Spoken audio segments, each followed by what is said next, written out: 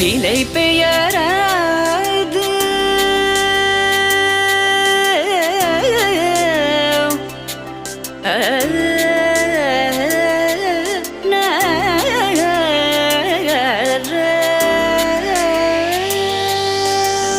நிலை பெயராது சிலை போலவே நின்ற நிலை பெயராது சிலை போலவே நின்ற நேரமாவதறியாமலே மிக வினோதமான முரளிதரா நேரமாவதறியாமலே மிக வினோதமான முரளிதர என்பன மலை பாயுதே